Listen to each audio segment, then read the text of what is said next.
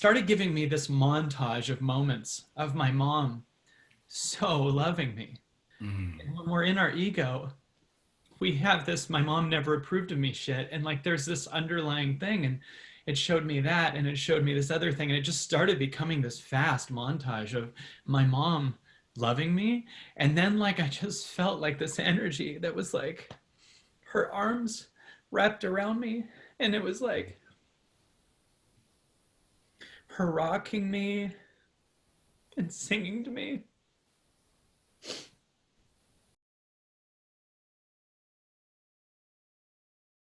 My heart is open with all of you. Thank you for being in my lives, everybody. I'm kind of excited. I'm excited because I'm about to bring on Joey in a second. And I'm excited because Joey and I haven't spoken since he got back from the darkness retreat. Now, I went to the darkness retreat a few weeks ago, and for 10 days, I was in complete pitch black, listening to darkness and listening to silence. Lisa says I gained weight, looking good. Thank you. And I went, I went to the darkness retreat and sat in silence. I know I've talked about it a little bit. 235 hours for me in total silence. And I don't know how long Joey was there, but I bet you anything he knows how long he was there, because there's nothing else to do but figure out how many seconds you've been in that room. Like so much magic happens, but you're also extremely aware of how many more seconds till you're done. I remember being like, okay, there's only 2 days left. Okay, exactly how many, what did I do? What was the revelation I had the exact same amount of time from then until now, from now until I'm done? And being in this place of like just constantly being like, I can't wait to get out of here. But then those things would pass, and then I'd be really present and I'd find God on a new level and be here. And I don't know, it was kind of amazing too. So Joey went and he just got back, and we haven't spoken at all other than a quick I'm back kind of text message and congratulations. But I'm so excited to have a discussion with him tonight about what he discovered there. And I know there's a level of where we look to qualify people that we listen to based on what their degree is, or did you do this thing there, or did you discover, and how many years did you study this? And to me, when someone does real deep work like this and changes who they are, you want to hear from someone like that. No matter how much someone studies something, it's nothing compared to the classroom of life, the classroom of silence, the classroom of darkness, the classroom of now, the classroom of your soul. And I know that Joey just experienced that. So if we could bring my dear friend Joey onto the screen to talk about what his experience was and collaborate with me on what mine was, and see how many things we discovered we had in common, and what you realized about you. And how's it going, my brother? It's going really well, Kyle. Good to see you. So yeah, it was about 240 hours, about 14,400 minutes, about 864,000 seconds. So yeah, you definitely start doing the math while you're in there. Right. It's true. Yeah. At least like the first, I'd say, like the first like few days, because of initially it's such a shock to the system. So it's like, oh shit, I'm gonna be in here for 10 days. Well, Yeah. hopefully I'll sleep this amount of time. And then like you don't. And then so it's like, all right, well, the 9 days. So like tomorrow at about this time, I'll be about a quarter of the way through, which means I'm halfway to halfway. So like little mind games get played to like just try to initially to survive. And then like I felt I found my rhythm in there. Felt like a way to really just for lack of a better term, like soften and just really Yeah. relax to the process. And then it became less and less about counting days, counting hours, and things like that. That actually brings up a good point for anyone doing anything that is a transformation of themselves. Meaning, like, let's say you stop drinking, or you just want to quit an addiction or become something different, or meditate every day. you know, the first few days you are kind of in your head, right, of anything. So you're counting the minutes, and it's like that part of you that's kind of against where you are, that's always at war with where you are, that's like, how many more minutes till I'm at the end of this thing? It's Yeah. kind of interesting to remember that, you know, you get 4, 5, 6 days in, and it's just, now this is who I am. It starts to become more and more like you're not monitoring that, like you lose that thing. You lose that part of you that's trying to get it right and trying to, you know, that's so triggered, right? Like it just, you, once you're at day 7, you still have those thoughts, but it's like way quieter, right? Like fleeting. It's like, huh, okay, like 3 more days, okay, and then it's then you don't think about it anymore. Where I felt like all of day one was like, okay, well, I've probably gotten like 3 hours through, so 237 more hours to go, like, and so that was Yeah. a nightmare though. That was really, I think I saw someone in the comments said something about like white knuckling it, and that's what it felt like. Day one, I felt was by far the hardest day for me. Completely, me too. Because it was just like such a shock to the system. It's like, oh shit. I remember at one point, like it felt because of I went in at night, so I got there like at 8 p.m. Kind of check the surroundings, go back in. Scott takes like the light bulb out, and so I was like, all right, like here we go. Went to sleep, had the most vivid dreams I've ever had in my life, and like wake up. I'm like, okay, I was like, I don't know if that was a day, 12 hours, 2 hours. I just like, all right, that felt like a good sleep. And so then it was like, okay, trying to, like, how much longer do I have in this? And then it became, it felt like hours had gone by. And I was like, oh man, it's got to have been like close to a day that's happened. And then it felt like more hours went by. And I was like, all right, a day for sure had to have happened. And then it felt like more hours went by. And I'm like, did he forget about me?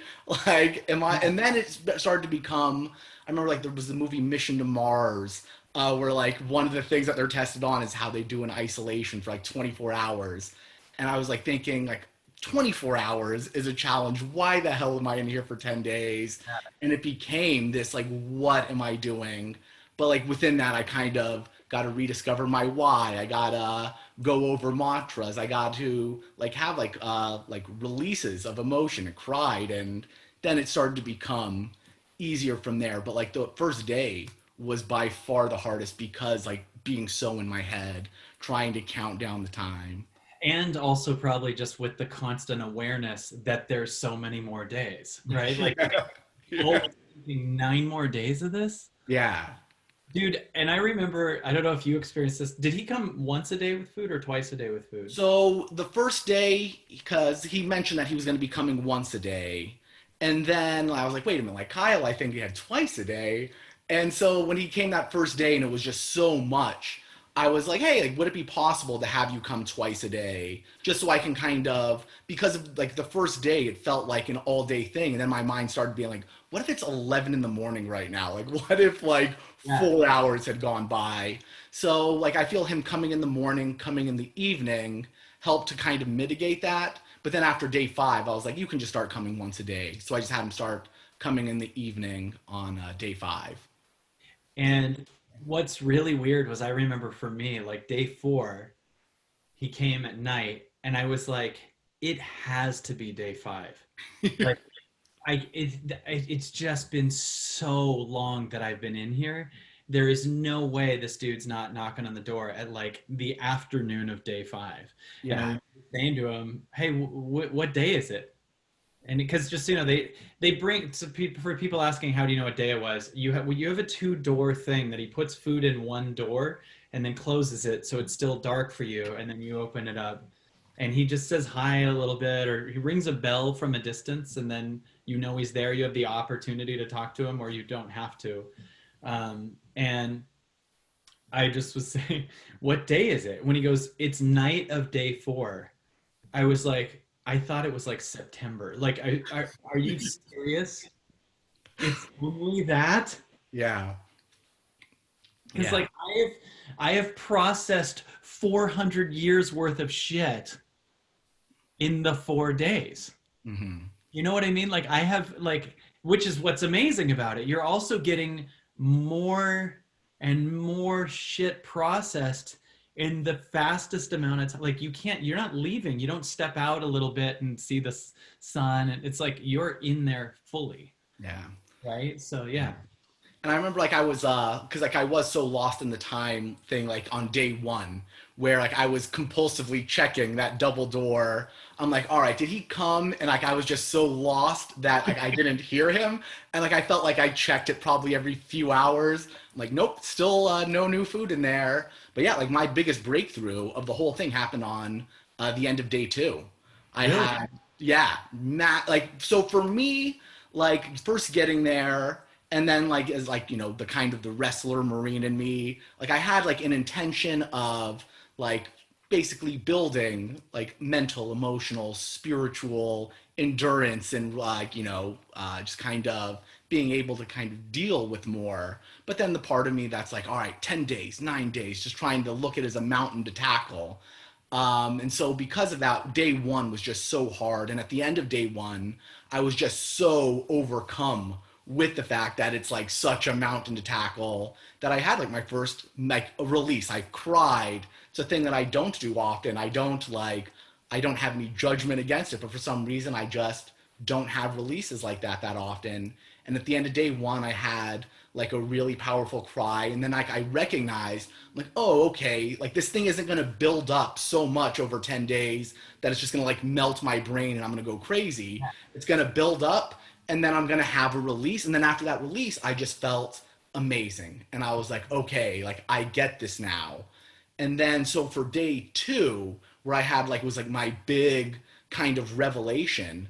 So you mentioned to kind of bring in something that like makes you feel good, something that makes you feel comfortable. Like I think you mentioned it was like Vivi's blanket, and Yeah. like I I, didn't have anything like that. So like I had Mary and Lindsay when they sent us like the T-shirts and everything.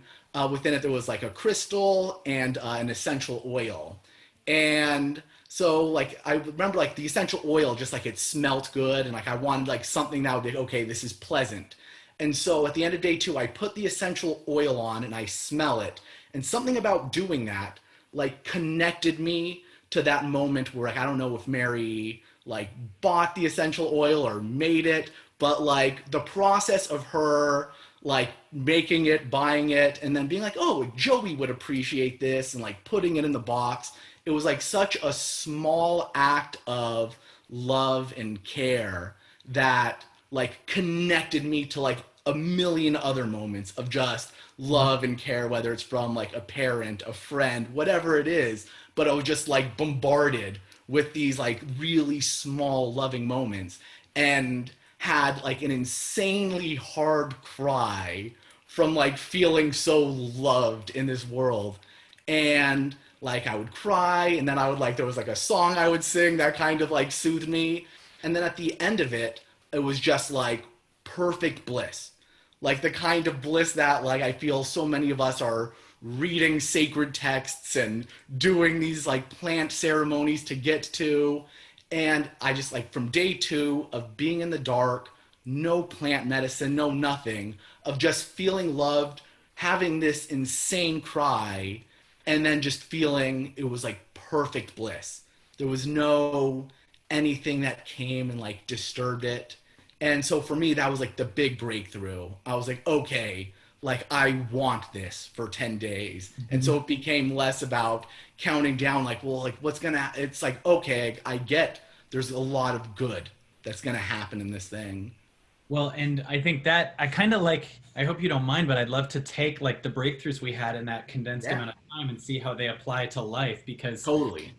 because when you get the feedback on day two that you felt really good, your Mm. mind now isn't just focused on what you're losing, it's now entering the new world, right? Yes. So this was really trippy because like I just have realized like when you are creating a new life for yourself, like let's say you move to a new city, you might spend the first amount of time like really sad about the old city, but then you go to some local store and you have a moment, and now your mind gets evidence of the new moment, as a new possibility. And that's when it stops needing full evidence of exactly how many more days of this or this thing, because now it's like, actually, the mind shifts from, this really painful task to, whoa, like I just gotta, I wasn't, when on day one, when I was anticipating all the future days, I assumed they would all feel like day one.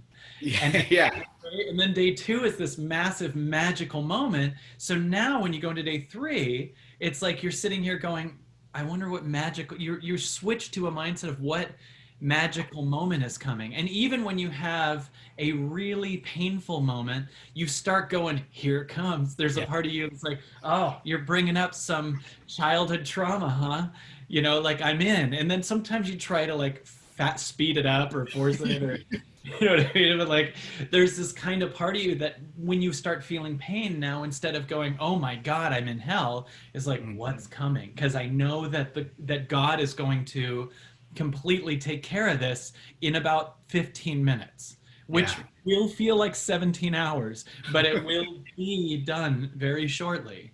Right? Did you notice that? Like that Yeah, yeah. on. I was looking forward to the cries because of, as I said, like it's not a thing that I do like in my head. Like, all right, like, I need to have a good cry now. Yet I feel like throughout the day, it's like a thing that like would be a good thing. Like, oh, I should probably cry right now, get this like weird energy out. Yeah. And so like I started to look forward to the cries, and then you're right, like there were points where there was like a force because like there'd be points like later on because like the first I'd say 4 days I'd like have nice hard consistent cries, and then it became, oh, I just feel good, and they would happen less and less.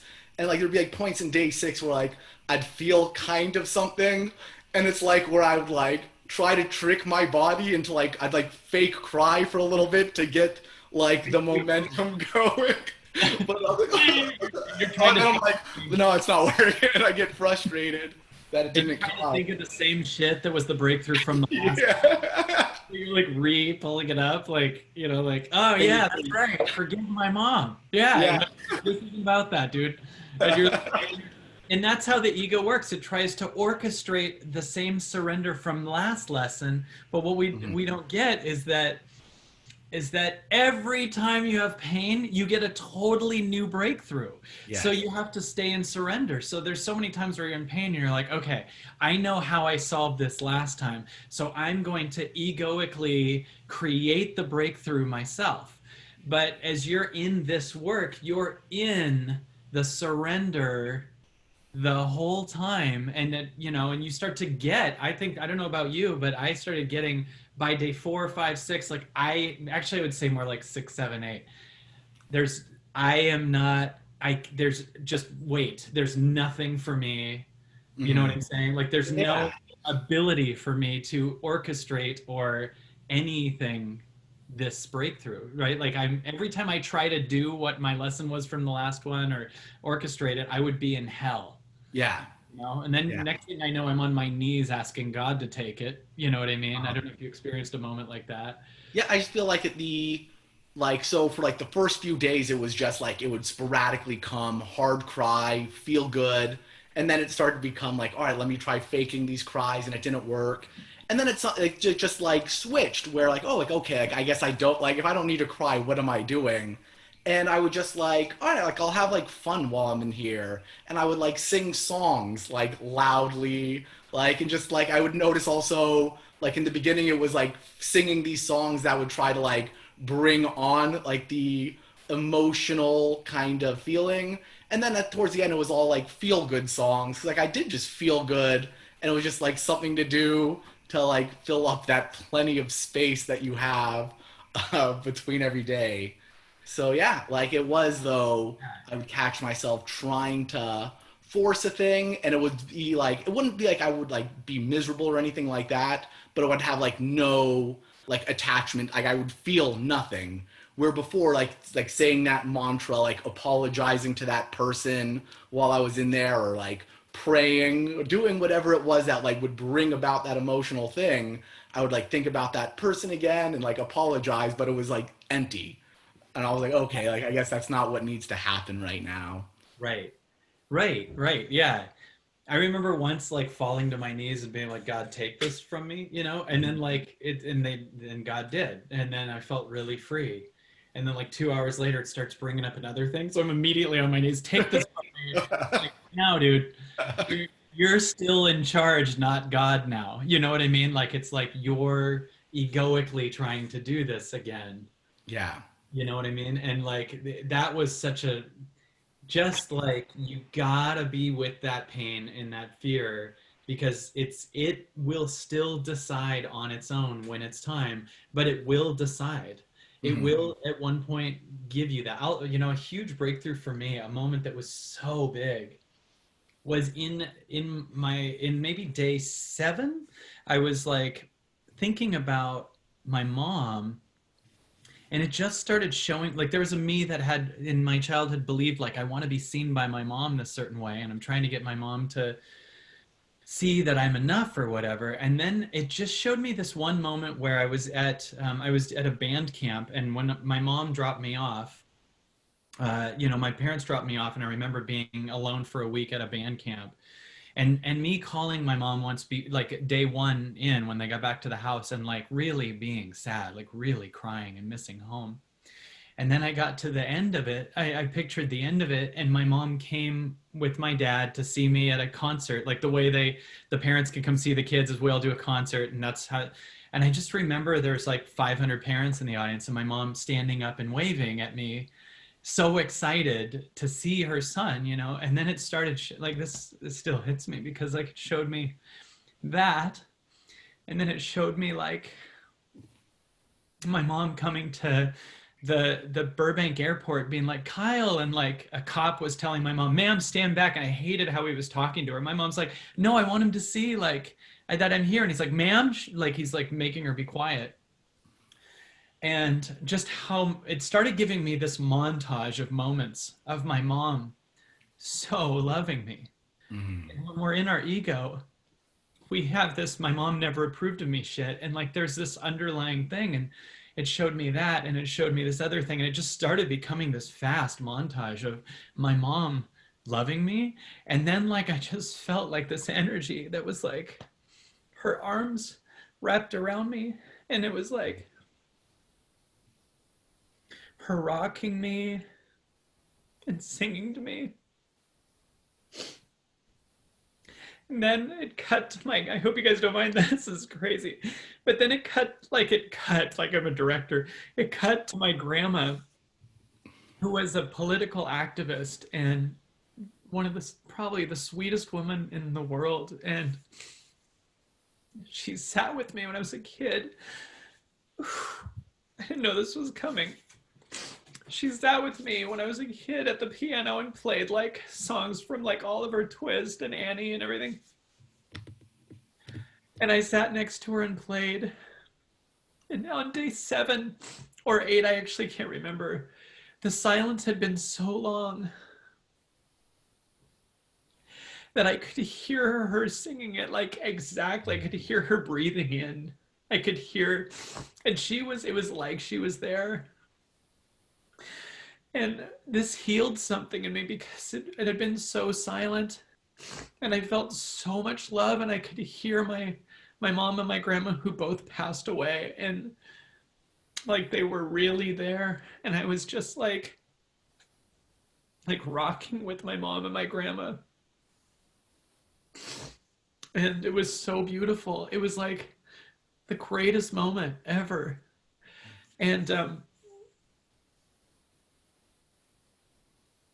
it's so funny because our ego goes, oh, I need my mom's approval. My mom never saw me, And like, it then showed me all the ways that she saw me that your ego doesn't notice, Mm-hmm. And how much she loved me. And like, it's weird because I heard Aubrey Marcus talk about his time in the darkness, and he talked about the unconditional love from his mom too on his day 6 or something. And I was like, I had the exact same thing. Like she was holding me and loving me, and it like healed stuff, Mm-hmm. And I don't know if you had anything like that. I did. And so like I mentioned with the with like smelling the essential oil, and like how you meant like just being bombarded with like flashes of moments. And then there was one that like stuck out, and it was like with my mom. I thought about like my mom a whole lot while I was in there because I do think there is this like unconditional love. It's like the first person that like really like shows it to us like on that level, and it's like always there, but it's so easy to kind of like forget as we live life, and also like our ego, like recognizing that it starts at such a young age. And I remember like growing up, my mom, like there was five of us, and but like my mom was like super mom and like was always at every field trip, every like thing, always taking pictures, always doing the thing. And like the one moment that really stood out to me of like my mom just really going like above and beyond was like so like when I graduated boot camp and school of infantry like in the Marines, I graduated as like the honor graduate. Like when I was in boot camp, I got to wear a different thing. And like School of Infantry was like out of 300 infantry Marines being the number one person. And like I didn't tell my parents anything about me being the honor graduate in School of Infantry because it happened after boot camp. I wanted it to be like this big surprise. And so like they say like Marines to be awarded, come center, and like so I'm coming out there, and a part of me was like I knew my mom would know beforehand. And so there were two stands where all the like parents and all the families would sit to watch, and in between the two stands there was like the general's deck. So like the general was there, there were colonels and sergeants major, and like the one set of stands here was the one closer, and I figured that's where my mom would be because it would be the better place to take pictures and everything like that. And so like as I'm marching stoic as a Marine, like kind of looking at the corner of my eye, like, oh, is my mom where like she should be? And she wasn't there. And it was like such a shock to me because I'm like, man, like that would be like the perfect spot to be, yet like my mom isn't there. And then when we like go like front and center, like where we're facing like the general's place, where like it's the general, the colonels, and sergeant major, I see like my mom elbowing her way in between Marine Corps colonels to like get a perfect picture. It was just she was the only regular person in there, and it was all just a general, colonels, all these high-ranking people. But yeah, like the like fact that like that doesn't matter. Like, oh, like that's my son. Excuse me, sir. Get out of the way. I got to get that picture. And it was just like being like bombarded with like small moments like that of just her coming through and really going above and beyond to make like a small beautiful moment happen, just like to capture the perfect picture, you know. um and yeah, like it's just like throughout the whole time, just like seeing that, but also knowing like I didn't see it with like these eyes of just Yeah. like being in gratitude and love. It was like, mom, what are you doing? Like in the general's box kind of thing. But like gaining a new perspective, like, wow, like what an amazing thing, what like an amazing amount of unconditional love to like do just something small like that. Yeah, Yeah. definitely like a lot of just moments like that. But yeah, that moment I remember because I remember like I would like cry and laugh like while I was thinking about it, just like how beautiful and like ridiculous it was at the same time. Wow. Would you have, as far as, I mean, at the level you want to talk about, as far as your dad? Like the same thing, like but it was like a lot of like forgiveness because like my dad's like a perfect dad, but at the same time, just as far as like kind of wanting to be seen a certain way, like he doesn't see that. Everything's like, yeah, but like how much money did you make doing that?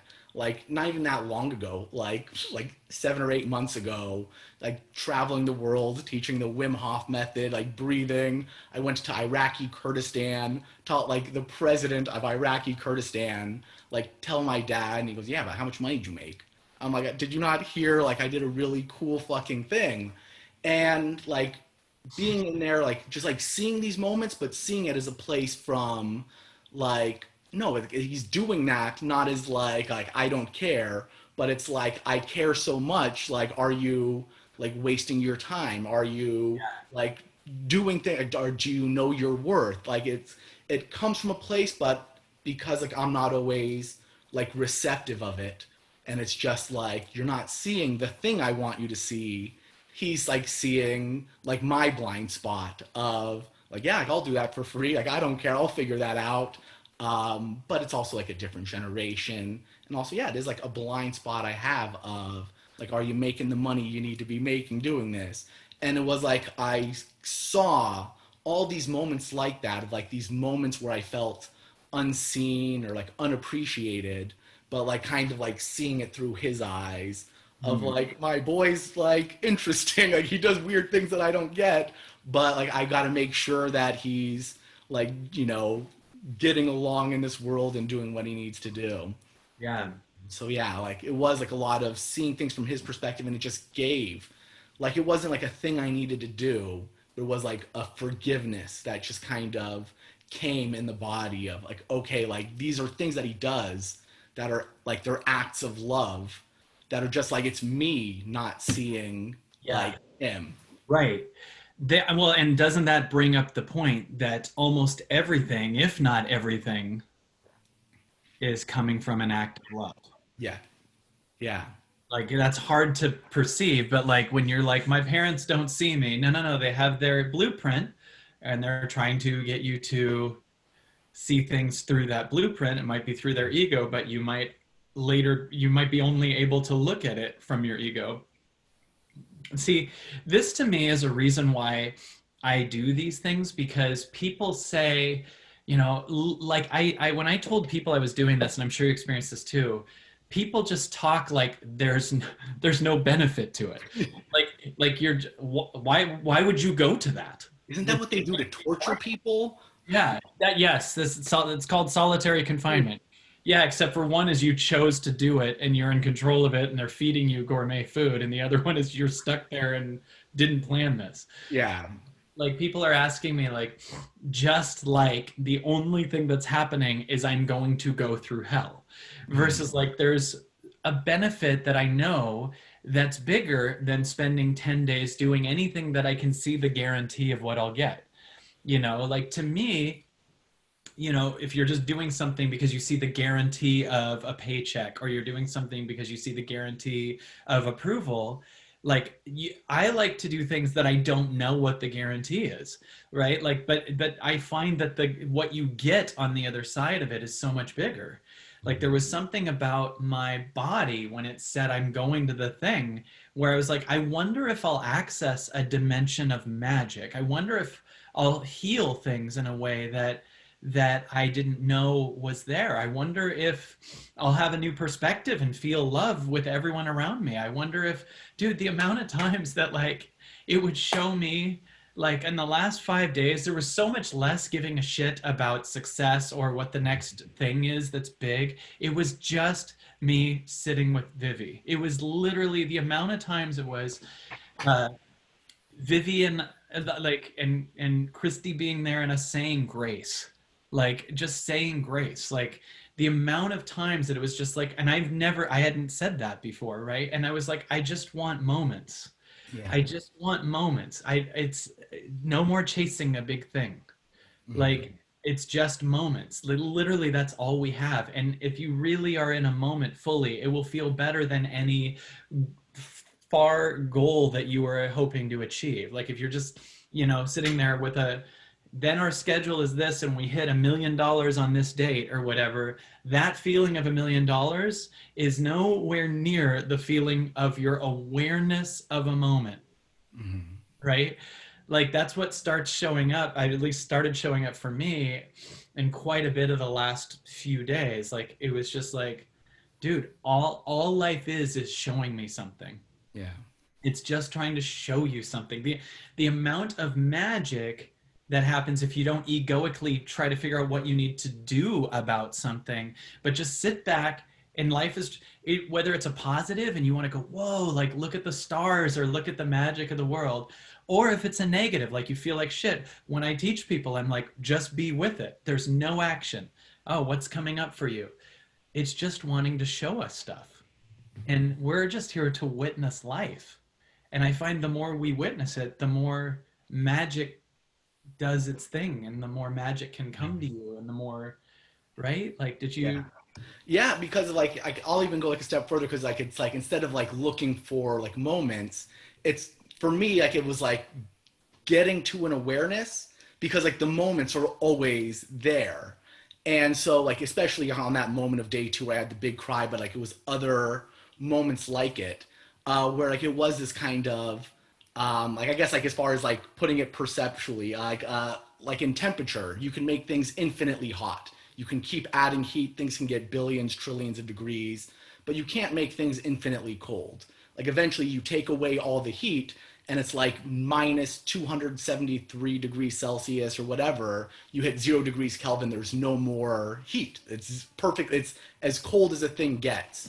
And like within that, like it was recognizing like the more and more like it's trying to strive for these goals, it's like you can make yourself infinitely miserable because then you hit that goal and like and well now what? Like I don't feel the thing versus like when I was in there in 2 days having a powerful cry, literally only having the bottom two of like Maslow's hierarchy of needs covered. I had shelter, I had food, and within 48 hours with no help of plant medicine, I was in like there was just zero like additional and I was in perfect bliss. Like it was just being in that moment and I was like, I don't need anything else. Like there was no like this is nice, but if this were here it would be a little nicer. It was just like being in that. I'm like I need like this is where I want to be. This is like the place I want to be. And it wasn't like I had to do all these crazy things to get there. It's not like I had all these things with me that made me even more comfortable. I was literally in the dark with my basic needs covered, and I felt like a bliss unlike like other than like a plant medicine kind of thing or just kind of being like in a moment of pure love or something like that. Like a moment where just kind of no additional thing was added, and I felt like this perfect bliss of like wow, like I can just have this, like I can just be here. And it was like recognizing that the things like the reason I'm not there all the time are like these little miniature distractions, whether it's like a physical thing of ooh, I don't like this feeling coming up, let me scroll on social media or let me binge watch this show, or it is like having these goals of like yeah, but like once I hit that goal I'll get the thing, not recognizing hold on, let me just stop and like just observe and feel and allow, and if something wants to come up and come out, letting it come up and come out, and just in doing it like the fact that in 48 hours with no help of any additional thing, Right. reaching a bliss that like I can't remember like the last time being Right. in. In 48 hours. So for Yeah. anyone listening, that means that by Friday at 6 p.m., right, there's a level of happiness available that you've never seen before. Yeah. And it's not like someone's gonna go, here's a check for $1 million, here's like the thing. It's just like, oh, here's like this awareness. And did you notice how much? I mean, I guess that's kind of what you're saying. Like we had the few needs met, and then you're feeling more bliss. But did you notice how much striving, like for $1 million, was like that's just almost in the way? It's Yes. like, I don't care about that. Like I just found myself not caring about that. It was so much more.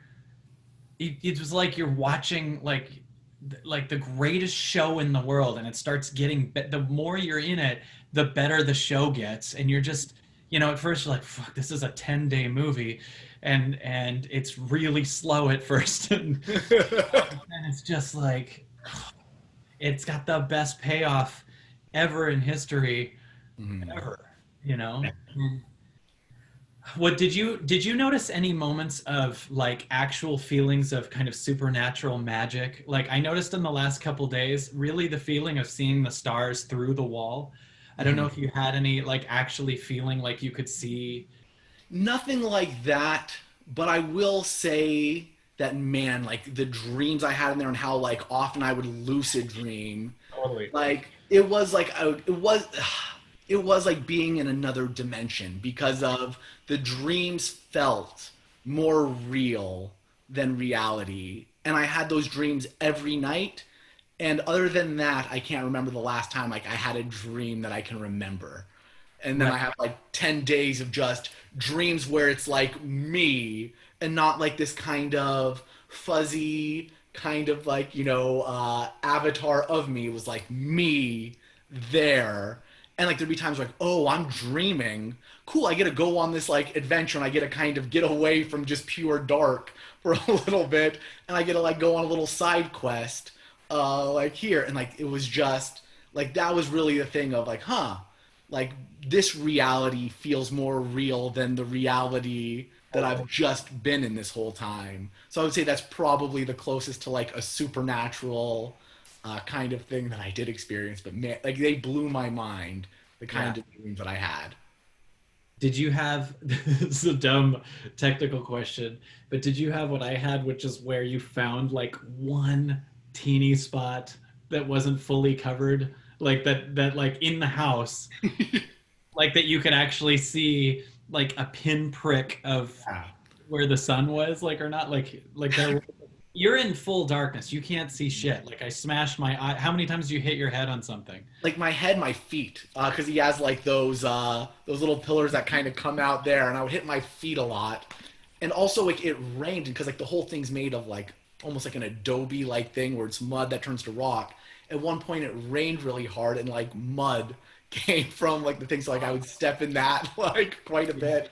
So like little things like that, yeah. Yeah, yeah, but I just remember at one point realizing on like day four, like I found like behind some pipe when I was in the tub, if I turned my head this way, there was like I mean the teeniest dot. It's Mhm. pitch black, but there was a dot that I could see. Oh, it's day, Yeah. and I it went was by ever sound. right. What's that? I went by sound. If when I heard like birds chirping, I was like, okay, it's morning time.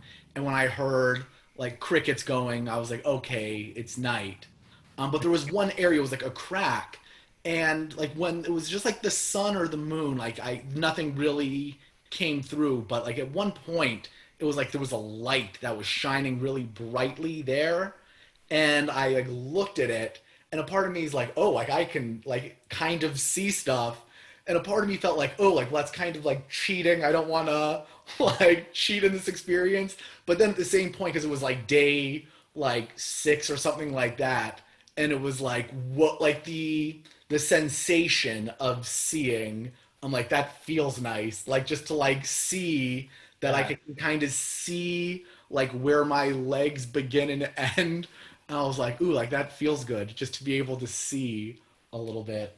I didn't feel like it was cheating. I was like, I'm doing the work. There's no, I'm not talking to anyone. That little, thumbtack print in the corner Yeah, ruining the whole damn thing. Um, Let me ask you this, and then I say we answer some questions if you want to. totally. What was do you have a biggest takeaway? Do you have a overall lesson or revelation about life or yourself or Yeah, like so like that honestly like that day 2 crime was like by far the biggest thing because like I'd cried, I'd experienced like that perfect bliss. And so like there were like a few things going on like the recognition of wow, like the taking away of like not having additional stuff is what's making me in this bliss. So I'm yeah, like I can feel like this without striving for $1 million or a million followers or anything like this. But at the same time, so I was there in that perfect bliss and just like sitting there and enjoying it. But as I said before, it was like raining, and so like little bits of water and like mud were coming down. But at one point, I can like hear there was like a dripping going on, and the water I can hear was like hitting a particular spot that I can hear was like made out of like that mud, and I can hear like the water was kind of like breaking it down, and like it was because like I'm like in my feeling this, but also hyper present to everything else going around. And so like while I'm in that meditation, just feeling like perfect, like a part of my brain like it sees exactly where the water is dripping, and then it sees like all right, kind of problem solution. I have towels, I can just like unwind it here. And then like as I was meditating, like I see that solution to that thing, and I go like, man, like, but I'm really enjoying this bliss right now. Like, it'd be a shame to get up and lose it. And then like that higher voice was just like, dude, you can take this bliss with you as you go from here to there. And it completely transformed how I even look at meditation. hmm, Because before it's like I looked at it as like you start your day, like here's your baseline, you meditate, you kind of go up a little bit, but then like if like the phone rings or someone taps you on the shoulder, you're there, and it's like what, like you're kind of like you fall out of it a little bit. I'm not But like, meditating now. Yeah. yeah, like, it was like a recognition of I can go to that space and then like open my eye and still be meditating. I can still like hold on to that high level of energy, that high level of awareness. And it doesn't need to be while I'm sitting doing this. I can Right. talk to people from there. I can do like emails from there. I can do everything from there. There's a lot of people that I work with that are clients, and that I also have to remind myself all the time of this, but this applies so much for people with kids, because we always think of, I want to meditate, I want to connect to myself, but my kids interrupt it, or, you know, I can't because, and the thing that has come through every time when working with someone was the idea that they're here to keep your connection to yourself so much more than your connection to the idea that you're meditating. Yeah. Because when you're meditating, you can trick yourself into saying, that's my home. And I'm off right now because I'm not at my home where I meditate. And home doesn't even have to be meditating. It could be the house or the place that you think you need to escape to get your own space, to get away from someone, or, oh, I just need time alone. Sometimes we truly do need that. But I really believe the core reason we think we need that is because we don't get that our heart is our home. So when you're meditating and your kid comes in and in your eyes interrupts it, shift to your heart, because you can bring this everywhere. It's not about the location, and it's not about the, you know, that it was so funny how like I was like, maybe I should stay 3 more, like I got to day 10, and I'm sure you had moments where it's like, what if I got to 15? You know what I mean? Like, that showed up all the time. What if I, and then it was like, and then it told me on night 10, like, you know, because I came out near the middle of the day on day 10, hung out with the people, and then the next morning was about to leave, and I had these breakthroughs, and I was like, oh, I'm supposed to stay longer. And it's like, dude, you're seeing your family is also God. Yeah. Like, see, it's not just in the black place. This might be a jump start because you're not aware that God is everywhere, that your heart is always in the moment. But just so you know, when you go home, you can keep being in the work. You can keep on the plane, be present, on the land, in the airport, be present, you know. And it was so crazy to realize your kids aren't interrupting you from your time away, or your spouse isn't. They're causing you to get present right there. They're causing you to make your heart your home in that moment. When you need time to meditate and you can't, and your kids are interrupting, your job right there is to get totally present to your heart, because our home is only our heart. And we are so used to feeling always in our head, because we think it's when I'm in a relationship or when I'm out of a relationship, when I'm in this city, when I'm in this house, when I have the job. And we mistake these external desires for our home. And we trick ourselves into saying, I'm not home unless I'm in this outcome, unless I hit the money that I want, unless right? Do you get what I'm saying? Like, unless I hit that thing, and until I'm this weight, this free of this addiction, until I'm all these things, I'm never home. And everyone is training themselves to believe they're never home until they win the fight, until they're whatever. And it's like, dude, there's no place other than here. There's literally no place other than here. There's literally, everyone hearing this right now, imagine just realizing that all of your past is bullshit. I mean, we can honor it, but it doesn't exist. It's included in this moment, but you can't go to your past for real. You can remember it. You can even change the memory of it. I found when I went into my childhood, there was a moment where my kid felt abandoned by my mom based on nothing she did, just feeling unseen for a second. And I currently went back to that kid and sat with him on the bed and told him, like, just so you know, because the kid was like, I need mom to communicate why she walked out of the room. And I came in and sat with him. And I wondered if I literally changed the past, because I felt it leave out of me. Do you know what I mean? Yeah. Like, I actually wondered if, like like when I was a kid, my mom said, I'm probably going to cry again, but my mom said, you can't watch TV. I had a little TV in my bedroom, and she said, the rule is you can't watch it at night. That's it. You can have this in your room. When you wake up, you can watch it, whatever, but you can't watch it at night. And I had seen the movie The Fly, the original The Fly, for a second before, and it scared the shit out of me. Right. And one night I was in the living room and I saw the TV was on and my dad was watching The Fly again. And it's when he has a towel. He's the scene where he has a towel and he's now half fly. And the woman at one point pulls the towel off and this fly man is here and she screams, right? And I saw that it was on and I saw him walking around with the towel on. And I went up, mom goes, we got to get you to bed. We got to get you to bed. And I go upstairs to my room. And she leaves and I'm alone and I'm like, I'm going to tough this out. I'm going to see. And I turn on the TV upstairs and it's like right on that scene. It's like she pulls the towel off and there's the fly. And I'm like 5, right? Or 6. I don't know. I'm something really young. And she screams and then I scream.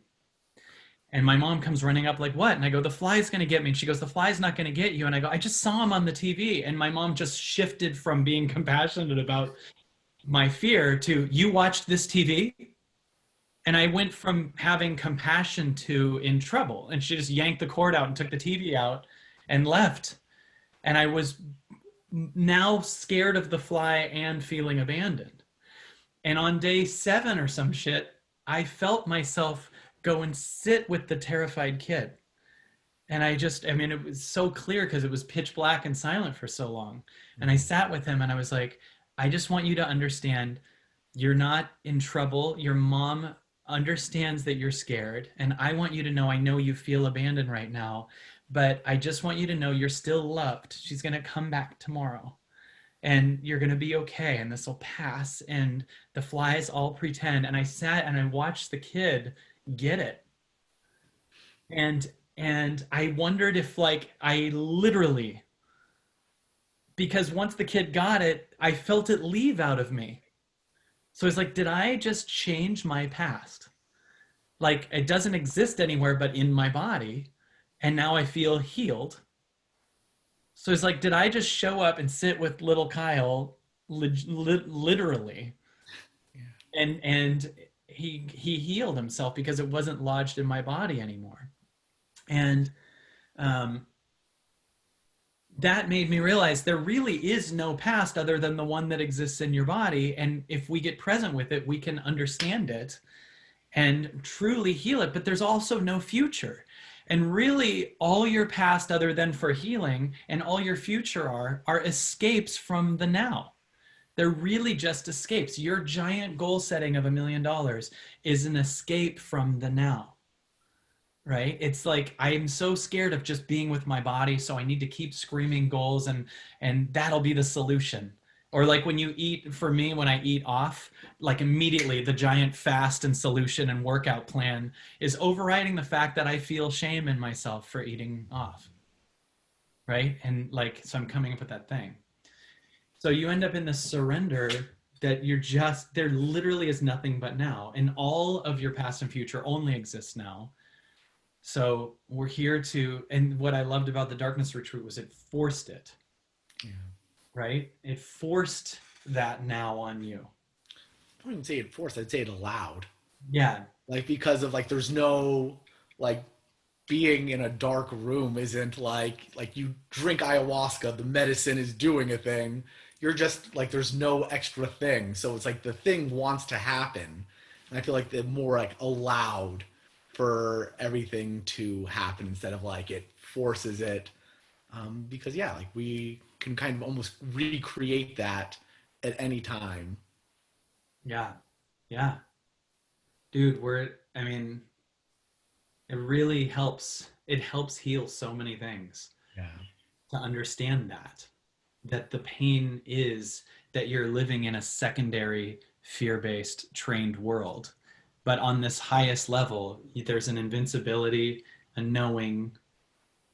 You just knowing you have, which I totally own. Many people don't know they have that, but just knowing you have food and a roof.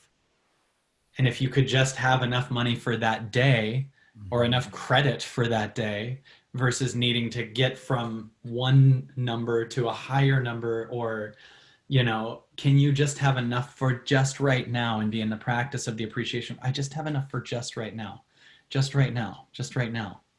You don't go to Cheesecake Factory and need them to have $200,000 worth of food, right? You can't eat it, right? Just now. I don't know if that resonates for you, but Yeah. Like, um, because like in every moment that we are in, it does feel that like me being here, if I'm stressed about like, oh, tomorrow I gotta do this thing I don't want to do, like my present moment is kind of being, I have all that additional things, just kind of like you're adding heat, you're adding all those additional elements that are taking you out of that, versus just like, all right, all there is now. Like I forgive what I've done in the past. I'm ready to surrender to what's going to happen in the future. And you kind of just take away those additional things that are caused, like, because it's like you recognize while you're in there, so much of your experience is like how day one is a nightmare because you're like, ah, I don't like the way I feel. Am I gonna freak out in these 10 days? And then as you kind of just surrender more and more, like it becomes easier and easier. Actually, like Mary had said to me, because like we had like a little mini team meeting before I left for the darkness retreat, and like some of the mantras that I had were from like Mary and Lindsay, and one that Mary said like because like we did like a little prayer before I went, and it was just like, just remember that you're not going to be in, you don't have to be in there for 10 days, you're just going to be in there right now and right now. And like there would be times, like especially in those beginning days, where I was like, how the hell am I going to do this for like another 9 days, another 8 days, another 7 days? And then like I would say little mantras to myself, like, I'm not in here for another 7 days. I'm in here right now. And then I would be like, what in here right now is causing me to feel this way? And it would be like, it's just, oh, it's my mind. And then like a mantra I had from like Lindsay was like, you're safe inside your mind, you're safe inside your body. And so I'm like, all right, like I don't have to be in here 10 days. I'm in here now. What's like causing me to feel this? Oh, it's my mind. Like I'm safe inside my mind. I'm safe inside my body. And like that would just like allow me to just soften, because like the whole experience is your perception of like what's the next thing going to be. And so just kind of just being ready to allow like that, really just like allowed that softness and allowed, so I said like I feel like nothing was forced, but I feel like it was just like, okay, like I can just surrender to this moment and just allow, recognizing that these little moments of being loved and cared for, that I never took the time to like really appreciate or like feel fully inside my body.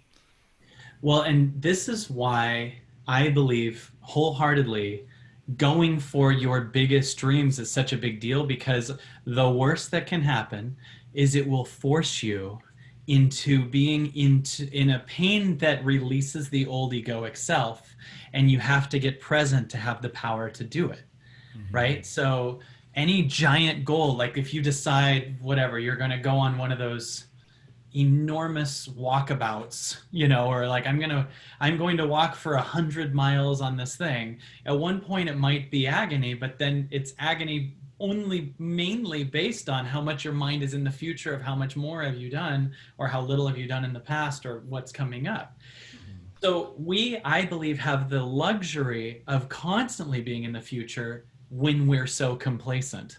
Like when things are all so fine, you can just be so bored with the mediocrity of things being good enough, and there's no real challenge to your soul, that you're just living out of boredom in the past and future or online or whatever. And you don't call yourself to say, what is the greatest me right now? And this is why, like, really leaping and going, okay, like I'm going to decide to, whatever, meditate every day or eat a certain way or whatever it is, like you're forced into the moment. That's the best part of it. And you access way more God in the moment, right? And so that's the best part of it. You start to become present and notice there's kind of a magic about life if you're not staying in your mundane old story. So, and it's funny because the paradox is your mundane story also is God. But in giving yourself like something really exciting and challenging, like I'm imagining jujitsu or Wim Hof ice baths, or, you know, there's only one way to work through huge things like that. Mhm. Just be right here, Yeah. right? I'm in an ice bath. I haven't done it, and I probably won't. But an ice bath will be more agony, I would imagine, if you're sitting there anticipating how much in the future you're in there, Yeah. versus just be with what you're feeling now. Yeah. Yeah. Good stuff, my brother. Oh yeah. Do you want to take? I have a client in a little bit, but I would love to take a couple questions if you want to. Yeah. If we go to Q&A here, we have, did it affect your circadian rhythm? I'm going to let you answer that because you would know way more. So it's interesting because like going in, like both reading on the website and then I think how you talk about like how you talk about how like days 1 and 2 you just sleep all day and then it's like sleeping 2 or 3 hours a day. Where I felt for me, like I actually it didn't really affect my circadian rhythms. Where I felt that I like like shortly after he would bring the meal, maybe I'd take a bath, and so it felt like I was probably going to bed like around maybe midnight, 1 in the morning, and I felt like I was waking up like in the morning. I felt like I was still getting like 6 to 8 hours of sleep a night. So like I feel it did like I thought that it would, especially because it is so dark. But then at the same time, something must have been affected within there because of how vivid those dreams were. Yeah. So like I feel like it didn't affect my sleep cycle, but I imagine like my level of depth within sleep definitely was affected. Mm, yeah, that's good, man. Yeah, I don't even know how to answer it. What mine did. I just know that I was tired and went to sleep. You know what I mean? Like it was like it wasn't like I was sitting there going, well, I should be falling asleep at this time. He also sometimes showed up with food at like 11 at night, so Yeah. that also was a factor too. Um, wow, thank you. Yeah, thank you. Chris just walked in with a ton of food for me, which is so sweet. Um, Cami asks, have you ever noticed any practices showing up for yourself to reconnect or integrate these experiential truths into your real life? Is that you asking me or? That's Cami's question for I think both of us probably, but you go first. Um, yeah, like I think like a big part of it is just kind of like remembering it, talking about it, like we're doing right now, because it is like so easy to go to this thing, have these moments, and then all of a sudden like get thrown back into regular life, and you're like, wow, like I'm just loved in all these little moments that I don't appreciate. And then like a similar trigger happens, and you're like, yeah, like fuck that guy. Like you just, it's so easy to get lost in it. So like talking about it, I definitely think is a big one. And then just like the fact that like doing breath work and meditation, and now like I do feel like my perception of what I'm doing during meditation is now different as far as like trying to meditate, get to that moment, and like just like holding on to it like nice and gently. But yeah, and like also kind of maybe finding little things I can do to change my pattern. Like there are things I do like, huh, like that's not really serving me and the level of happiness that I want to attain. I should probably stop doing that. And it's like not this like motivational thing, but it's just looking at it from a perspective like, oh, like that doesn't really serve me. Like I see why I do that. Okay, cool. Like that's a thing I'm just gonna like kind of let go of. And so it is kind of like finding those small little things that you can do to like change patterns. And I would add what you just said was interesting about kind of when you felt forgiveness for someone and then also fuck that person. How much the factor has nothing to do with anything outside of you. Yeah. You know what I mean? Like it was crazy how many different feelings I had for different people or different experiences. There'd be a me wanting to defend myself or say, no, this is bullshit. And then there's a me that totally saw the other side. And Mm-hmm. that was like apologetic and crying. Like it was trippy how there isn't a truth about what is true outside of you. It's just the thing you're feeling inside is causing your opinion of the outside. Yeah. Right? Did you notice that? Yeah, yeah, yeah. And there were also like little moments of like just how we mentioned before, how like you would feel a thing and it was like it came from like a real place. And then I'd like feel something like, oh, like maybe there's like someone I need to forgive, and I would like start thinking of different people. And then like I remember at one point I thought of someone, and because like I would think about them and out loud I was like, I forgive you, like, or I'm sorry. Like I would like think of them and say it. And then like one person just like I forgive you, you piece of shit. Like that's what came out of me. And then like I just like I laughed to myself of wow, like even in this moment of trying to feel forgiveness and do that, like there's still little bits of you that are like still there. And like I didn't judge myself for not having like the perfect level of forgiveness for that person.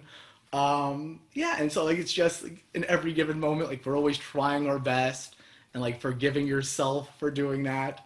And it was like a Totally. moment like it made myself laugh because I was like reluctantly forgiving that person, and I don't think it was a real forgiving them either. But it just it felt good to say. One thing someone said was, Boonks Boonky said, wow, that sounds bipolar, borderline, but it actually is just human. And then thank you, Kyle, for what you do, I should point out. But I want to point out how much like I think that it's interesting how it can be like, oh, you have literally two different opinions. So is that bipolar? Is that borderline? I think the truth of human beings is that we're moving to a place that doesn't just see one side of things. Yeah. That our problem as human beings has been only seeing one side of things. And the more you meditate and the more you do the work, the truth is you understand that all perspectives have a point. There's a reason why every single perspective ever has exist. It's not something we all agree with necessarily or want to keep going, but if you can understand the core reason for every single thing people feel, which has been a problem that I've had in the past because I'm like, I can see all sides. Like I can see what's causing this person that I'm arguing with feel that way. And so I want them to know I see them. And then I'll go, well, I also want you to know this I felt too. And they'll be like, well, which one is it? Are Mm-hmm. you sorry or not? And I'm like, both exist, dude. Yeah. Like both exist. And the higher we go, the more like that's what anyone who would go into the 10-day retreat or goes on ayahuasca or whatever would experience. They would experience all truths. You can be mad at someone and then you go into your inner work and then see also their perspective, right? Mm-hmm. And it's interesting because it can be called bipolar or borderline, and it's also there, and in many cases that's not to say that doesn't exist and isn't also a real thing, but there also is a thing that the more you do the work, the more you're looking at things how God sees things. And I swear to God, the way God sees things is not like Christians over Muslims or Muslims over Christians. It's just like you're all wonderful and I love you. Stop being at war with each other. Stop dividing each other. Stop becoming separate football teams from different cities so that you can create the illusion that you're at war with something opposite you. There is a truth that's trying to emerge that we are all one. And in this time, everyone is feeling like am I bipolar or because they have perspectives. And the more you're in this work, everybody, the more you can understand your heart while you understand someone else's heart. And we have to come to terms with that's what's going to happen, because you're going to start feeling crazy if you're like, do I feel they were right or I was right only, right? They all have points. So it's just something that I think should come up as something that's said, because on a whole, you see, hey, there's points that Democrats have, there's points that Republicans have, there's points that independents have. Why do I have to be shoved into one way, right? Why do I have to be stuck in one story, right? Um, Sean Adams asks me, Kyle, how much of this experience do you feel is still with you, having done it nearly a month ago? Would you say there are certain things you will never see the same again? Yeah. Yeah. I mean, definitely old habits show up and come in every once in a while, but you see it quicker. I mean, I think part of life is becoming more and more and more aware and creating points of no return. You know what I mean? That you're not going to have that addiction, or you're always going to see that other perspective too. There were definitely many things about myself that I had a huge, loud, screaming perspective. And I think one thing life did for me was showed me things that I didn't see that I was being or becoming that I didn't like. Like it gave me a moment showing me Vivi trying to tell me something and me looking at my phone. And that made me cry because I was like, I'm not going to, you know,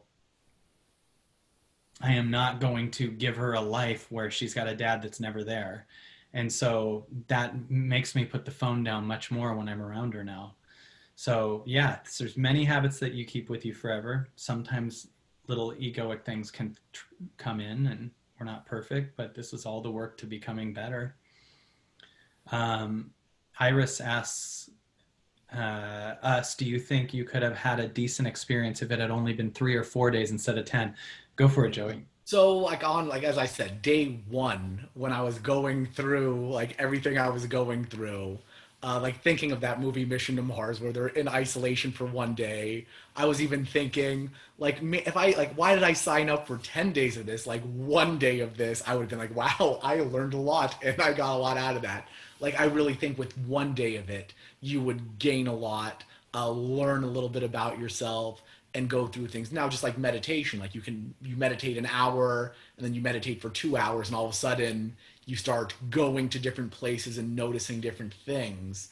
And so like I definitely think 10 days has its own unique experience, but at the same time, like man, 3 or 4 days in there, you're going to learn a lot about yourself. You're going to have a lot of really amazing experiences. You're probably still going to have a lot of emotional releases, a lot of forgiveness. So yeah, like even with like a shorter duration, I still think it would be a super like profound experience. Yeah, completely. And it's funny because I agree with you, and I also have another take, which was, well, Mary asked, why is it 10 days? I think we arbitrarily picked that. Yeah. And it doesn't care when you leave. You could walk out on day 4 or day 5, which makes it even more special because you're choosing it, not Yeah. stuck in it. But I did notice a feeling of exponential magic the farther I got in it. So Mhm. for me, it might have like I noticed day 5 and 6 having a ton of moments where I'm just like, I think we've done it. I think we're good. And having the real urge to walk out, Mhm. balanced with moments of what if I went 20 days in this same retreat? Like totally bipolar thoughts, right? And then getting to day 9 or 8 and having these mom experiences and this grandma experience and having a night where I sang on night 9 Tina Turner because it was my mom's favorite musician as loudly as I could and feeling complete freedom and noticing moments of attachment breaking off and me kind of landing on myself and feeling amazing. I found that I thought to myself many times, holy shit, I'm glad I stayed. Like I got so much out of the first few days, but days 8, 9, and 10 were like the pocket for me, right? It was like, it's like, you know, when you get like a nitro in a car and you're in that higher vibe, like it's like you go, I can't explain it, but like you're Mario moving slowly and then you get the invincible star and it's like, da, da, da, da, da, da, da, da, da, da, da, da, da. That's what I felt like on days 9 and 10. And it's just like so free and happy. And you are wondering too if you did get to day 15 or 16, it's like you know now now we maneuver the entire world and now everyone's healed and whatever, you know. Mhm. So I don't know, you got anything else, brother? That's probably good for questions, and I know we should sign out soon. I have a one-on-one soon, so Yeah, um, do what you got to do. This was a lot of fun, and I definitely feel, yeah, I got to like share a lot of what got experienced in there. It is its own totally unique thing, but like so much growth, and it's also interesting. Like 4 years ago, before like it was before I went to my first EOL event. I meditated like maybe 10 minutes at a time using like the Headspace app with the guided meditations. And then the old EOL events, like they didn't have a lot of meditation in the event, but you would like challenge people, like wake up a little earlier and try to meditate for an hour. And I remember at that time, like 4 years ago, being like, man, like I don't know if I can meditate a whole hour. And seeing what happened like in four years of like, oh yeah, 10 days. I think I could do 10 days in the dark of just like these little shifts as you start to like do things, these shifts and possibilities within the world. It's amazing. I would add it's not only the work you did, but also society is making it impossible to live the old way. It's almost like the consciousness of the world says if we were to stay the exact way we were 4 years ago, we'd be in hell, Hmm. right? So there's also the life is demanding more meditation and more patience and more. Geez, COVID just slowed us all down. Dude, I'm drawing a cat a night right now. One of the things I've decided to do is I know everyone's seen this one, but I got three more going. And I'm just like, this is my meditation right now. And I won't go online past 5 o'clock. And I'm just asking myself for inner peace. And we're doing that work, man. And I want to thank you for doing it, brother, because you brought so much more inner peace to the world. You just raised the bar for all of us. There's a bunch of people literally writing that they want to go. And if you do want to go, I should mention it's skycaveretreats.com. Is that what it is? Sky, Yeah. yeah. Sky Cave Retreats. Scott is amazing. Like, what a cool guy. Right when I left, there was actually a person, like the day I left, there was a person from our EOL community Oh, that was going to do like a 10-day thing as well. amazing. So like Much that's love to them. That's amazing. And you know something really interesting about that guy's story is he decided he had this calling a year ago to build that place. He built this place out of adobe in the middle of the woods. And weirdly, right after that, Aubrey Marcus made this giant podcast about when he went to a darkness retreat in Germany. Well, that was like 100,000 views or something. I don't know quite the number, but like it became a free ad that weirdly came out in 2020 and followed this guy building it. And it's such a, if you build it, they will come. Like free advertising for what he does showed up. And it's Aubrey Marcus's podcast that made me decide to research it and go. And now I'm doing it and talking about it. And now other people are going. And this guy got business now healing people. Yeah. And this is why when your heart has a calling, like it also, the universe will take care of the rest of it. Just follow the calling, right? If there really is an element of if you build it, they will come.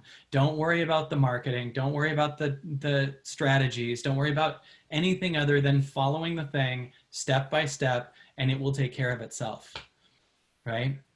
So that's what I noticed is that story blew my mind. Yeah. So yeah, man. I love you, bro. I'm so glad you're back. Love you too. It's good to be back. Yeah, like fresh. Like I literally got out yesterday, flew back, and here I am. It's interesting. It's good to be back. It's Yeah. a wild experience though. Yeah. Yeah, man. Little chill out and acclimate, and we'll talk tomorrow, whatever, and start Hell yeah. getting to work and see what God's got for us, man. Hell yeah, man.